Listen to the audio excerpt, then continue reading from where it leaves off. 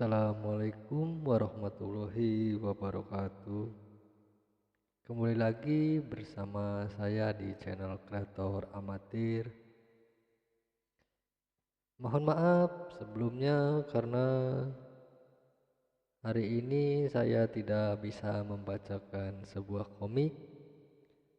Kali ini saya akan menceritakan kisah dari teman saya yang bernama Jaka. Untuk teman-teman semua, saya mohon doanya dari teman-teman dan mohon dukungannya dengan cara klik subscribe, nyalakan loncengnya, klik suka, komentar, dan bagikan ke teman-teman semua.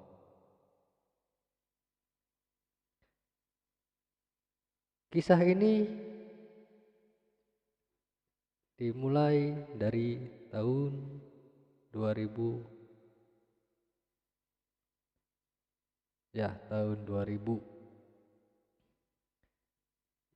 Dikisahkan di suatu kampung di desa Tanah Liat ada seseorang yang suka mengantar ke tempat-tempat pemujaan. Orang itu bisa disebut sebagai calo atau agen penyalur pemujaan. Berbagai tempat sudah sering beliau singgahi dari mulai Jawa Barat, Jawa Tengah, bahkan Jawa Timur. Beliau masih muda tapi sudah sering menjajaki kakinya ke tempat-tempat berbau mistis sampai ajalnya tiba dengan mengenaskan. Kita sebut saja Jaka sang pengantar calon pemuja. Awal kisah, Jaka adalah anak yatim piatu sedari kecil. Dia dibesarkan oleh om dan tantenya dengan keadaan yang sangat serba kekurangan. Di usianya yang masih kecil itu, Jaka selalu dijauhi oleh teman-temannya karena keadaan Jaka yang gak punya dan terlihat sangat dekil. Kita kenalkan dulu, omnya Jaka kita sebut saja Agus dan tantenya kita sebut saja Tini. Budenya Jaka kita panggil saja Darsi dan pak deknya kita panggil Jaja. Sehari-hari Jaka hanya bermain sendiri di belakang rumah, hanya bertemankan dengan seekor kucing peliharaannya. Kemana Jaka pergi, kucing itu selalu dibawanya. Bahkan saat Jaka tidur pun, kucing itu selalu setia menemani Jaka. Singkat cerita, Jaka memiliki keinginan seperti anak-anak yang lain. Jaka ingin sekolah setinggi-tingginya agar bisa membuktikan kepada teman-temannya bahwa Jaka mampu dan bisa bergaul bersama mereka. Namun sekolah Jaka hanya mampu sampai lulus sekolah dasar karena keadaan ekonomi yang sangat sulit bagi keluarga Jaka waktu itu.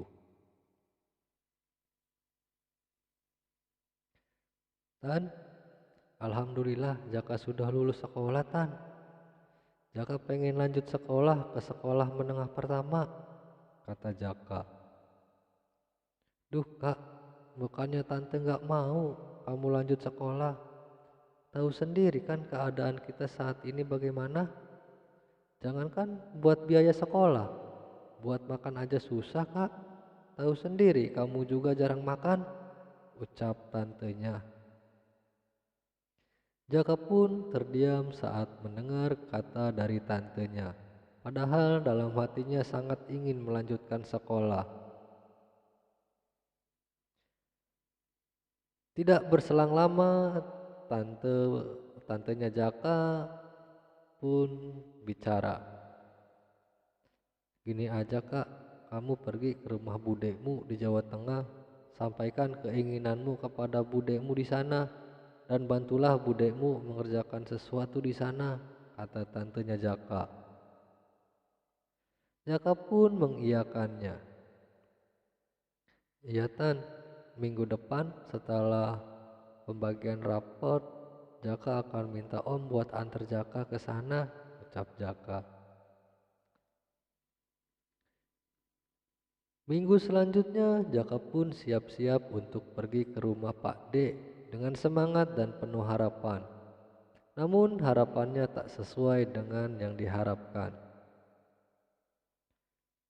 Tiba di rumah Bude, mereka disambut hangat oleh Bude dan Pak D. Jaka pun mencium tangan Bude dan Pak D. Bude, Pak D, gimana kabarnya, sehat? Kata Jaka.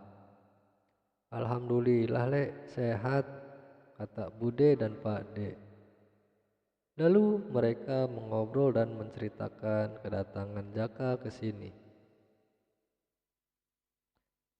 Omnya Jaka membuka percakapannya.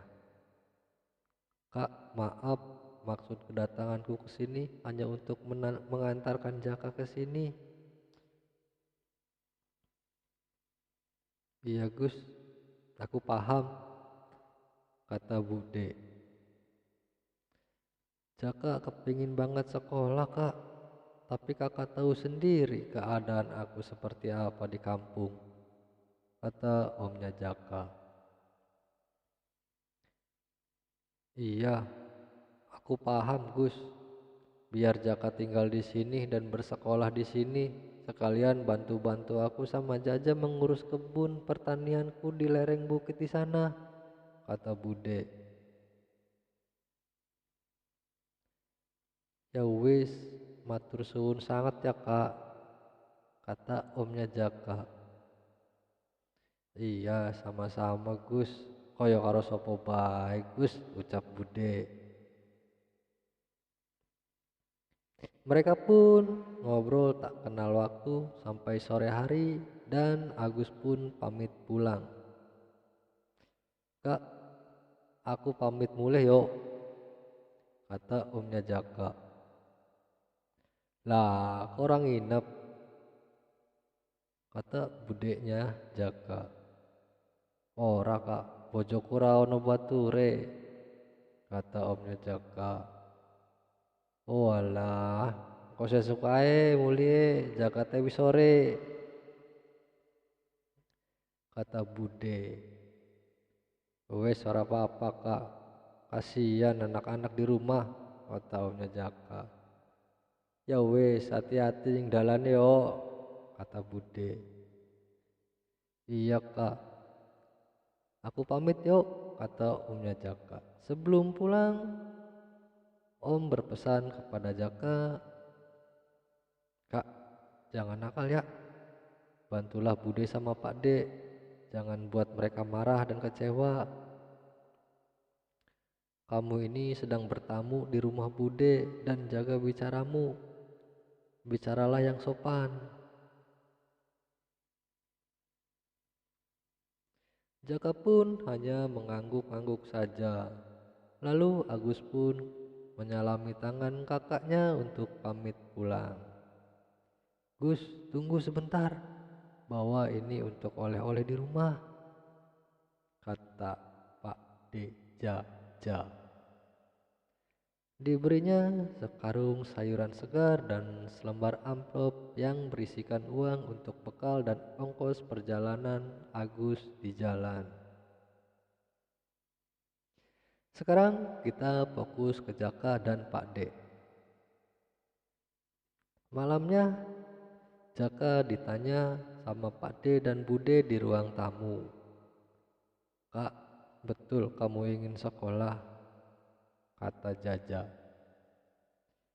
Iya Pak D, Jaka ingin sekolah. Jaka ingin seperti teman-teman di kampung yang pada melanjutkan sekolah, jawabnya Jaka. Ya udah, minggu depan kita daftar sekolah kamu ya, kata Bude. Iya Bude. Ya udah, sekarang kamu tidur. Besok kamu bantu Pak D di kebun ya. Jaka pun mengangguk lalu pergi ke kamar untuk tidur. Esok paginya Jaka bersama Pak D Jaja pergi ke kebun di lereng bukit dengan perjalanan yang menanjak. Di kebun Jaka diajarkan Pak D untuk bertani, menanam sayur-sayuran dari nol sampai panen. Seminggu sudah Jaka diajarkan Pak D bertani dan Jaka pun cepat menguasai pelajaran pertaniannya. Dan esoknya Jaka mulai bersekolah di sekolah menengah pertama negeri di daerah situ. Jaka anak yang sangat pandai. Dengan mudah Jaka mencerna pelajaran di sekolahnya sampai Jaka menginjak kelas 9. Setiap pulang sekolah, Jaka pun selalu membantu Pak D di kebun sampai tiba waktu tertentu. Jaka penasaran dengan seseorang yang sangat tua berada di gubuk di pinggir lereng itu setiap harinya.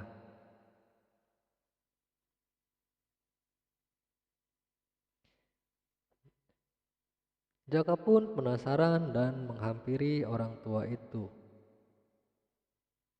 Jaka pun ngobrol dengan kakek itu. "Kek, sedang apa di sini, Kek?" tanya Jaka. "Sedang duduk aja, Lek," kata kakek tersebut. "Oh iya, Kek. Namanya siapa, Kek?" tanya Jaka. "Nama kakek Usup, Lek. Nama kamu siapa?" timpal si kakek itu. "Aku Jaka, Kek. Aku anak dari adiknya Pak De Jaja." Kakek Usup pun hanya menjawab, "Oh, kamu sedang apa di sini, Lek?" tanya lagi si kakek itu. "Anu, Kek, aku sedang bantuin Pak D bertani." "Semangatmu sangat besar ya, Lek." "Iya, Kek. Aku malu kalau aku nggak bantu Pak D, sedangkan aku di sini hanya numpang tinggal dan sekolah pun. Hanya numpang tinggal dan sekolah pun Pak D yang membiayai," ucap Jaka. Hal yang tidak diduga kakek itu menanyakan, "Kapan, Lek, kamu pulang kampung?" Dengan polosnya aku hanya menjawab, "Nanti, Kek, kalau sekolahnya sudah selesai."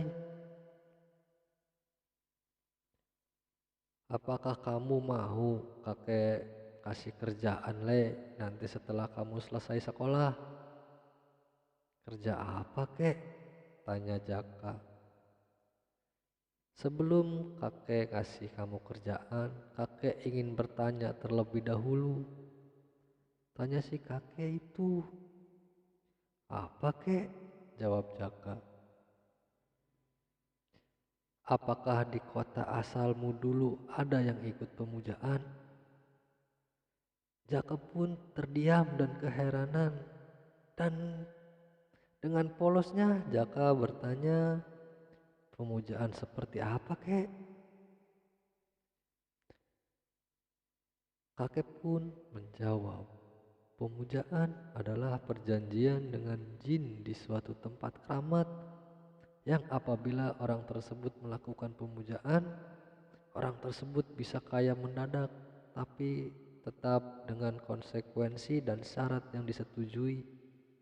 Bahkan bisa jadi anggota keluarganya harus ada yang ditumbalkan sebagai ganti kekayaan itu," kata si kakek tersebut.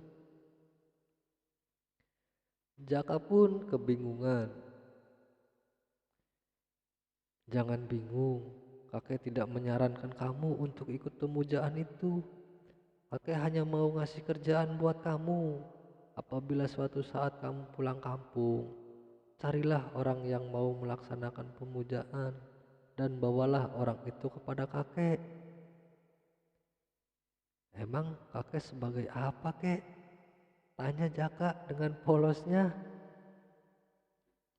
"Kakek di sini hanya sebagai juru kunci di lereng bukit ini. Kakek hanya mengantarkan orang tersebut ke tempat ritualnya dan memberitahu tata cara tata caranya saja dan meninggalkan orang tersebut semalaman ataupun beberapa hari, ujar si kakek. Jaka pun manggut dan paham. Iya kek, nanti aku akan antar orang-orang yang ingin melakukan pemujaan, kata Jaka.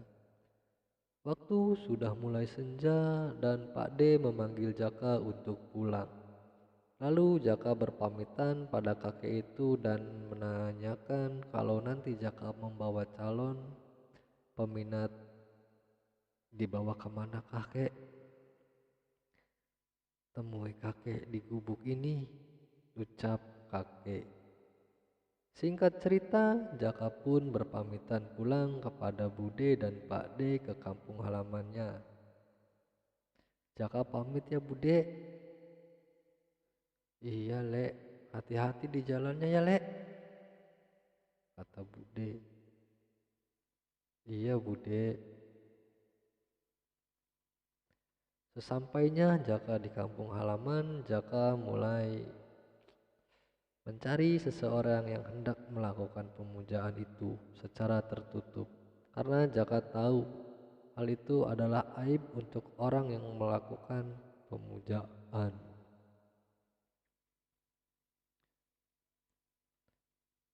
Lambat laun, Jaka pun dapat target pertamanya dan Jaka pun mengantar orang tersebut ke tempat kakek itu. Jaka disambut oleh kakek itu di gubuk tempat Jaka bertemu dengan si kakek. Setelah itu, Jaka dan calon pemuja itu dibawa ke sebuah rumah, yaitu rumah si kakek di dalam hutan. Kakek pun menjelaskan tata cara melakukan ritual pemujaan itu dan mempersiapkan syarat-syarat keberhasilannya. Malam pun telah tiba. Kakek membawa orang itu ke tempat ritual tapi tidak dengan Jaka. Jaka hanya disuruh menunggu di rumah si kakek itu. Kamu tunggu di sini aja ya Lek, ucap si kakek. Jaka pun nurut saja dan tiduran di rumah si kakek. Kakek pun pergi mengantarkan orang tersebut ke tempat ritualnya. 1 jam kemudian, kakek Usu pun telah kembali ke rumah. Namun seorang diri. Lah kek, kok sudah pulang lagi? Tanya Jaka. Ya, tugas kakek cuma mengantarkan dan menjelaskan tata caranya saja.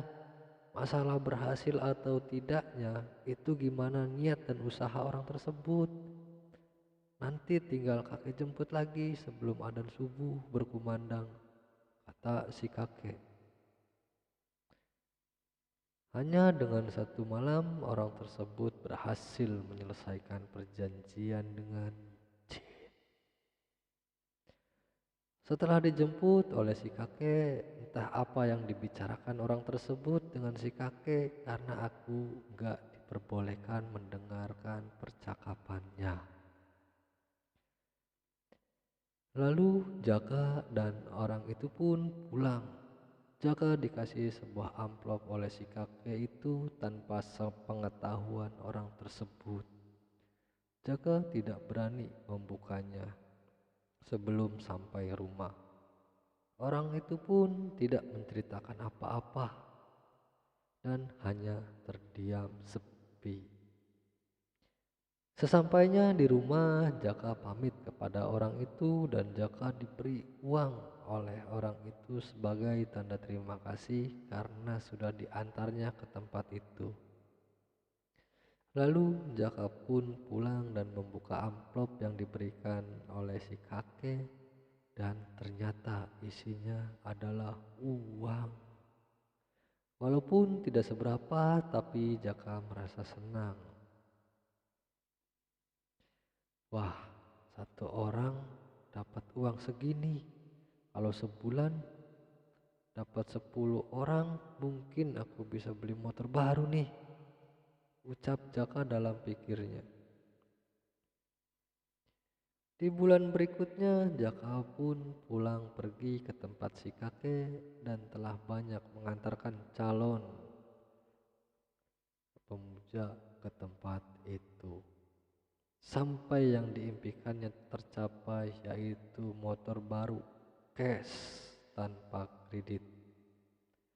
Bulan berganti bulan, tahun berganti tahun, kerjaan Jaka hanya mengantarkan orang-orang yang hendak melakukan ritual pemujaan.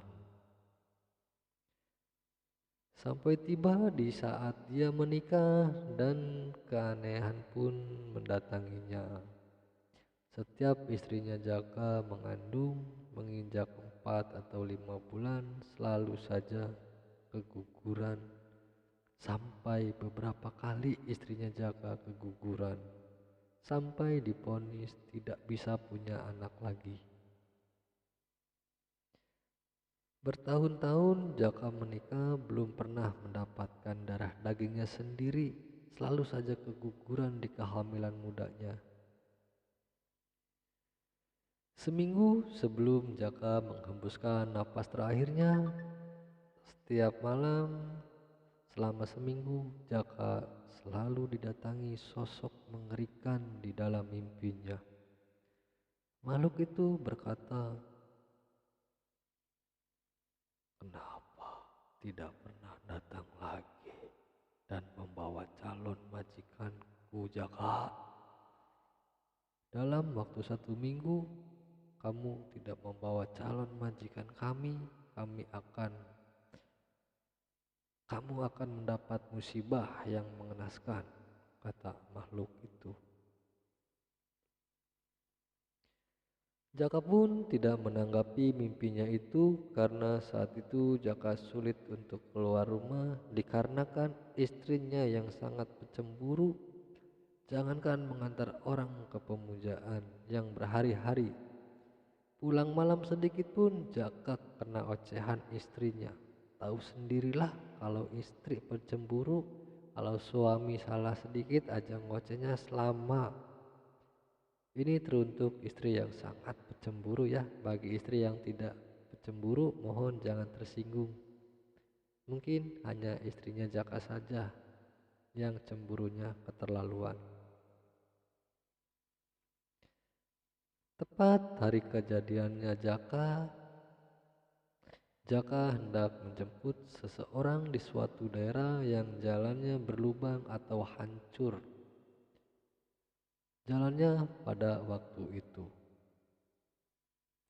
Jaka mengemudikan motornya dengan sangat hati-hati karena firasatnya sudah tidak enak. Tapi seakan-akan ada yang menggerakkan tangannya untuk menarik gas. Dan sontak motornya melaju dengan kencang. Lalu Jaka mencoba menstabilkannya dengan menyalip sebuah mobil old diesel membawa tebu hasil panenan. Matanya mulai gelap seakan ada yang menutupi helmnya dengan kain hitam. Lalu Jaka menabrak sebuah tonggak besi di sebuah jembatan dengan sangat keras. Terbenturlah kepala Jaka ke tonggak besi itu. Kabar pun sampai ke keluarganya.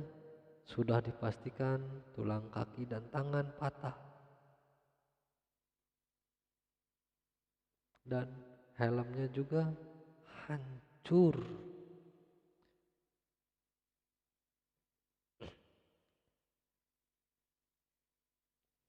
Dan Jaka pun lalu dibawa ke sebuah puskesmas terdekat sebelum keluarga datang ke tempat kejadian.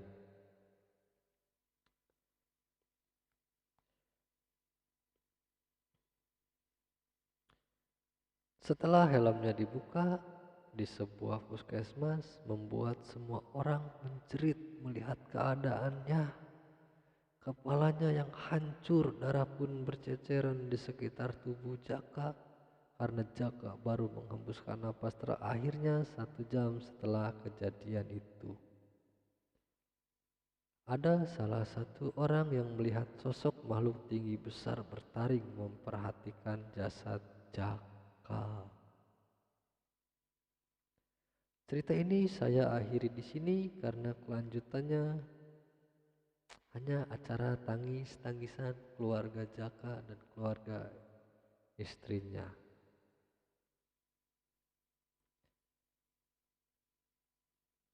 Tapi orang-orang yang telah melakukan pemujaan itu masih terus silih berganti walau tanpa Jaka. Mohon maaf apabila cara baca saya kurang jelas atau kurang memuaskan, karena saya mendapatkan cerita itu dengan tanda baca yang tidak jelas pula.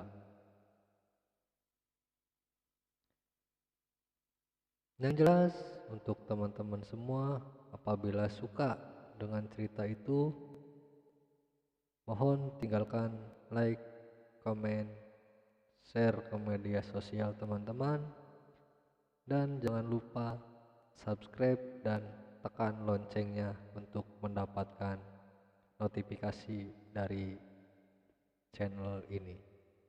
Terima kasih saya ucapkan, wabillahi taufik wal hidayah. Wassalamualaikum warahmatullahi wabarakatuh.